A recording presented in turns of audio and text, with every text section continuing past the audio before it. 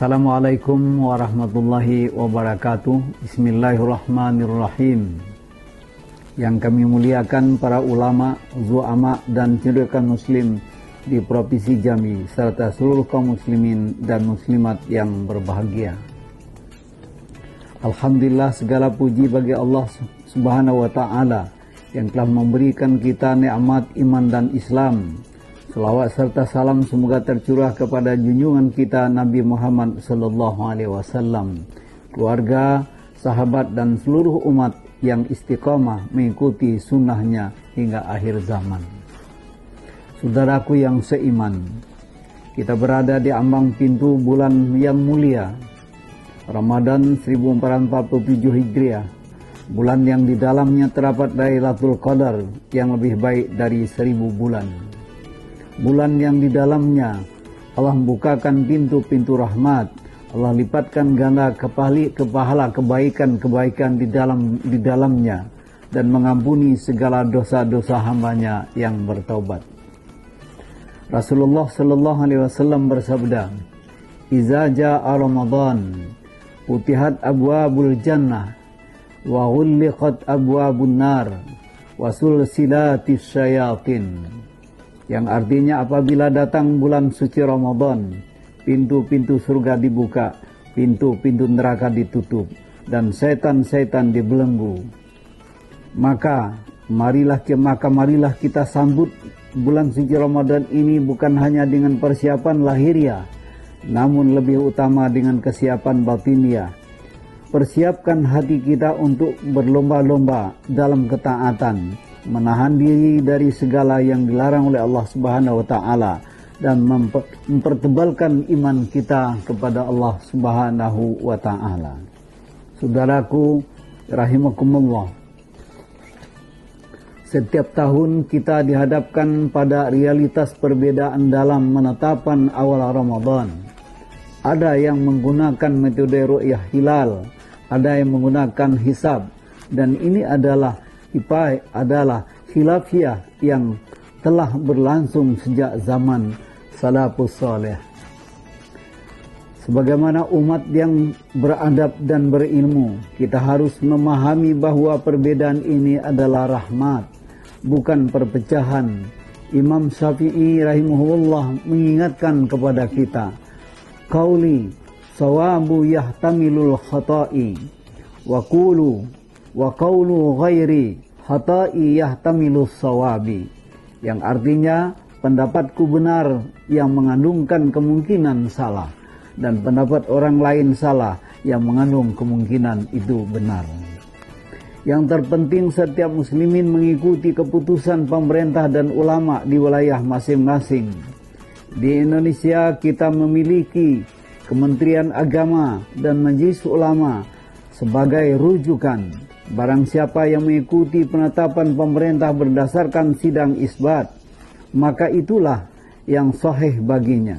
Dan barang siapa yang mengikuti hasil ru'yah atau hisab atau isbat, maka itulah yang sahih baginya. Dan barang siapa yang mengikuti hasil ru'yah atau hisab, organisasinya yang muktabar sepanjang dilakukan dengan prosedur yang benar, maka itu pun sah baginya.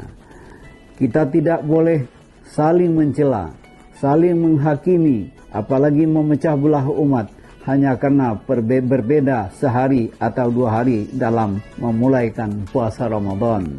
Sesungguhnya kesatuan umat itu jauh lebih mulia daripada kemenangan dan pendapat pribadi.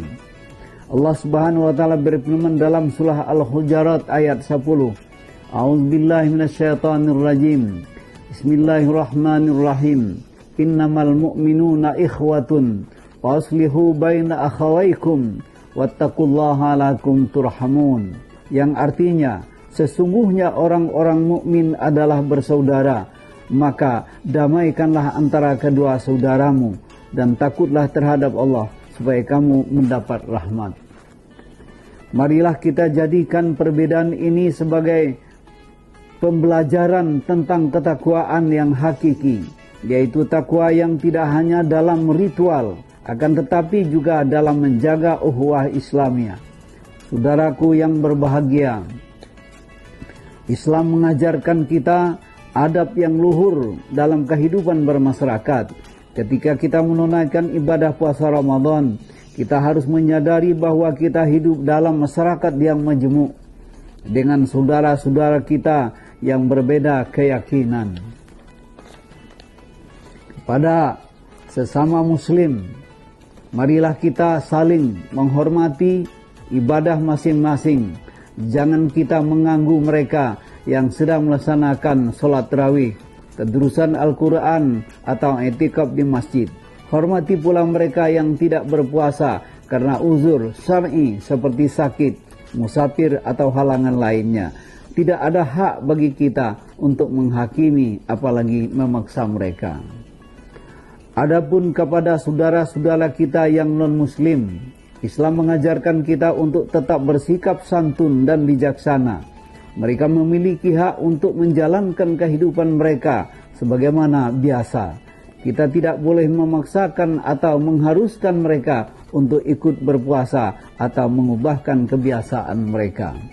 Rasulullah sallallahu alaihi wasallam adalah teladan terbaik di dalam toleransi beragama.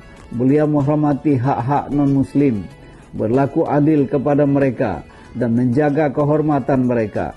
Dalam Piagam Madinah, beliau menjaminkan kebebasan beragama bagi semua penduduk.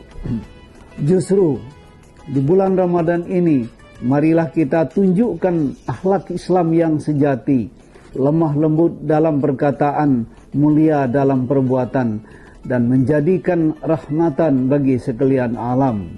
Tunjukkan bahwa puasa kita bukan hanya menahan lapar dan dahaga, akan tetapi lebih dari itu menahan emosi, mengendalikan lisan, dan menyebarkan kedamaian.